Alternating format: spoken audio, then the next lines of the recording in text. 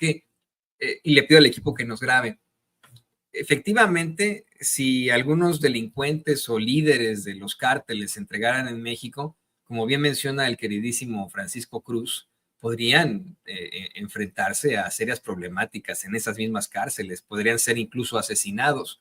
Y aquí en Estados Unidos obtienen la protección, hay un sistema muy interesante de protección de testigos.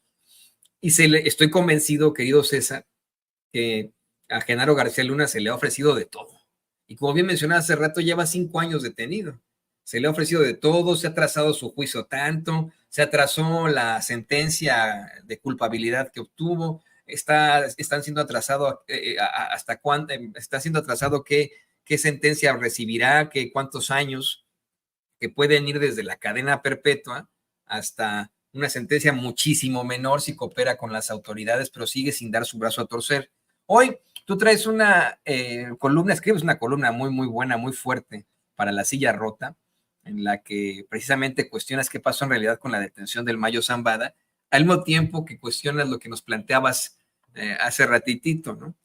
La posibilidad de que Genaro García Luna se convierta en testigo protegido, así lo hacen en las redes sociales. Pero insisto, yo creo que si los que van a hablar son los miembros del crimen organizado que fueron detenidos y no Genaro García Luna, porque tiene mucho que perder con la gente que conoce, con la gente que tiene pues conocimiento de su propia familia. Creo que bajo la idea esa de que pues saben dónde se encuentra su esposa, sus hijos, sus hermanas, algunas detenidas en México, no va a dar su brazo a torcer. No sabremos de él la verdad, pero a lo mejor sí del Mayo Zambada, a lo mejor sí de los hermanos Ovidio y Joaquín Guzmán López. Te pregunto tu opinión, querido César.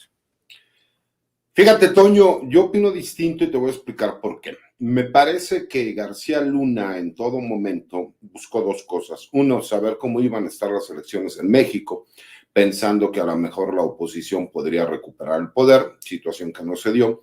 Y segunda, él sabe que no hay posibilidades, o por lo menos la posibilidad es mínima, como para que pudieran anular el juicio, además de que existen, ¿no? Otras acusaciones y pruebas que se ofrecieron cuando él trató por medio de un complot, acallar posibles testigos que iban a declarar en su contra, con este trabajo que hizo el FBI, con un supuesto miembro de la mafia rusa que supuestamente contactó para, en este caso, buscar el trabajo de un asesino a sueldo para callar a posibles testigos. Pero ¿por qué te comento esta parte, mi querido Toño? Fíjate, el círculo se va cerrando en todos los aspectos. Como bien lo dice Pepe y Paco, no tenemos la certeza, pero lo que sí podemos sacar es, mediante el análisis, entender que para mí fue una detención pactada, porque incluso ya existen los videos en donde se ve que llegan y saludan de mano a estos agentes del FBI y de la DEA cuando se entregan. No, hemos ido desmenuzando cómo se fue dando la información. Me parece que uno de los hechos más claros es no entra a los Estados Unidos un avión que no esté identificado, que esté violando el espacio aéreo de los Estados Unidos, si no tuvieran conocimiento previo a las autoridades, ¿no? Y me parece que ese punto, como bien lo comenta Paco, es muy importante. ¿Por qué? Porque imagínate, si ellos ya no supieran que en ese avión iba Joaquín Guzmán López y el Mayo Zambada, pues obviamente lo hubieran permitido que el avión hubiera podido ingresar a espacio aéreo norteamericano.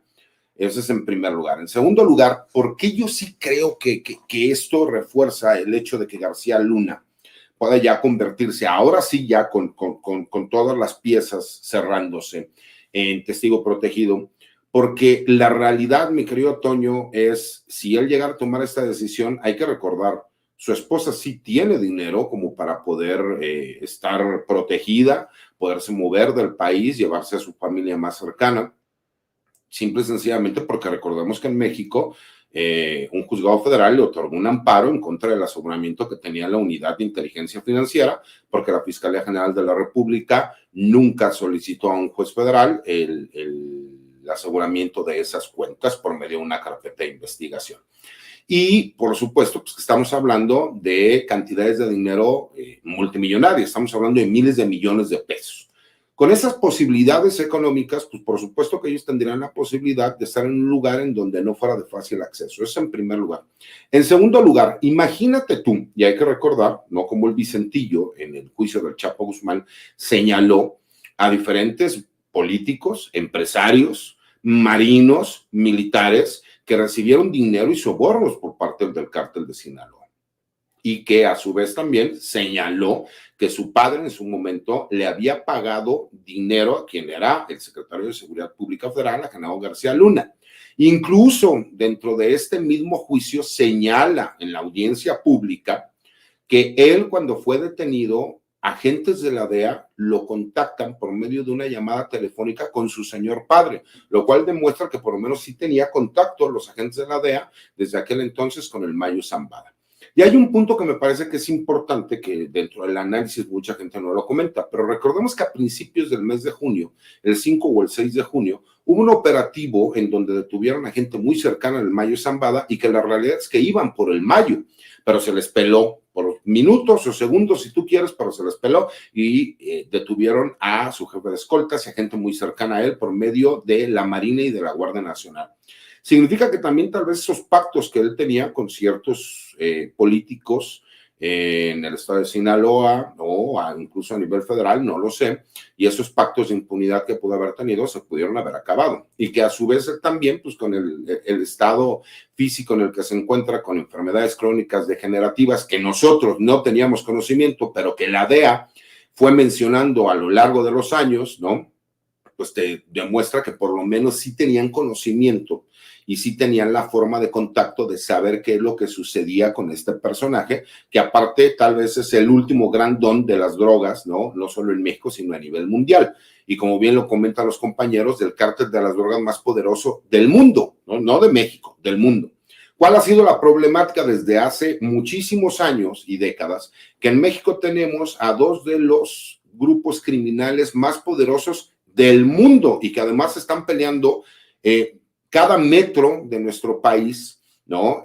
Porque ahora el control es territorial más que de las rutas, como era a lo mejor en los 70s, 80s y 90s, y que ahora obviamente el crimen organizado pues, se encarga de todos los negocios que genera el crimen, ¿no? Y por eso ahora vemos que existe extorsión, cobro de piso, huachicoleo, extorsiones telefónicas, fraudes cibernéticos, etcétera, etcétera, etcétera. Porque las organizaciones criminales lo que hicieron fue acaparar el mercado del crimen, no solo a nivel nacional, sino a nivel internacional. Y esto, pues, por supuesto que le ha creado una grave problemática a los diferentes gobiernos y en específico al gobierno de México. Pero que para mí, en lo personal, me parece que el Mayo Zambada, como bien lo comentan los compañeros, si el Vicentillo logró un acuerdo en donde incluso pagó una reparación del daño de $1,300 millones y que es un hecho público que se sabe, que se dio a conocer por el mismo Departamento de Justicia de los Estados Unidos como indemnización por este trasiego ilegal de drogas hacia los Estados Unidos. Imagínate la cantidad de dinero que debe de tener el Mayo Zambada y la posibilidad de la información de gran calado que él puede llegar a tener. Porque aquí estamos hablando de que ya involucraron supuestamente dentro de estas teorías al gobernador del estado de Sinaloa, al que era el rector de la Universidad de Sinaloa, que se menciona que pudo haber estado involucrado en esta supuesta reunión que se iba a llevar a cabo. Seguimos sin tener toda la información, pero lo que sí queda claro es que era poco probable que el Mayo Zambada fuera llevado hacia los Estados Unidos contra su voluntad y que nosotros no viéramos los reacomodos que se pudieran llevar en las tres facciones más grandes e importantes del cártel del Pacífico, que lo conocemos como el cártel de Sinaloa. Porque recordemos lo que pasó en su momento con el Mochomo, cuando sucede la traición del Chapo para con los Beltrán Leiva. No habría esta calma que existe en estos momentos en el estado de Sinaloa. No vemos al grupo o a la facción de los Chapitos con Iván Archibaldo que se estén moviendo. No vemos al Guano, ¿no? Que es el hermano del Chapo Guzmán, que es líder de otra de las facciones, haciendo movimientos. No vemos a la gente de los MZ o los puntas que se les llaman, ¿no? Las flechas, que es la gente del Mayo Zambada, haciendo algún tipo de movimiento o de ataque por venganza si hubiera existido realmente una traición. Vimos incluso al abogado de la familia Guzmán Loera salir a decir primero que habían secuestrado al Mayo Zambada y posteriormente a publicar una carta en donde sus clientes le dicen que existe una excelente relación y que esto fue pactado. Y hoy vemos a Rosa Isela Rodríguez, que es la secretaria de Seguridad y Protección Ciudadana, señalar que el gobierno de los Estados Unidos reconoció que sí había existido un acuerdo por medio de personas que se encontraban en la cárcel con personas que fueron detenidas. Y al finalizar la conferencia de prensa, le preguntan que si fue de Iván de ¿cómo se llama? De Ovidio Guzmán y de Joaquín Guzmán, ¿no? Ambos López. Y menciona, sí, efectivamente. Entonces, esto nos demuestra que por lo menos el acuerdo sí se dio, que la detención fue pactada y que a mí, a mi consideración, me parece que era lo que estaba buscando Genaro García Luna para entonces sí poder él ya dar el siguiente paso. Yo, mi querido Toño, me gusta lo que yo digo, siempre reforzarlo con el trabajo de investigación que realizo. Y hasta ahorita, bueno, pues nos ha salido más o menos. Dije que iban a detener al general Salvador Cienfuegos y todo el mundo me dijo que estaba loco y lo detuvieron. Después dije que lo iban a repatriar y lo repatriaron. Y después dije que lo iban a exonerar y lo exoneraron. Y no sé si recuerdas que también dije que a los años lo íbamos a ver incluso condecorado y lo condecoraron. Yo, mi querido Toño, creo que vamos a ver en las próximas semanas o meses a Genaro García Luna, que se convierte en testigo protegido, que va a llegar a un acuerdo con el gobierno de los Estados Unidos y que muy posiblemente lo vamos a ver en muy poco tiempo, ya en libertad, sin ningún problema. Y entonces sí, me parece que va a haber muchos políticos mexicanos, entre ellos algunos expresidentes de la República, que van a tener serios problemas con el gobierno de los Estados Unidos. A mí me parece que ese es un arma de doble filo porque si bien es cierto, como bien mencionas, muchos políticos tendrían muchos problemas que enfrentar, empezando por Felipe Calderón, quien fue su jefe. El mismo Genaro García Luna es un supervillano. O sea, no quiero tampoco tener un ejemplo muy básico de historieta, pero si me lo preguntas, es un sujeto muy peligroso.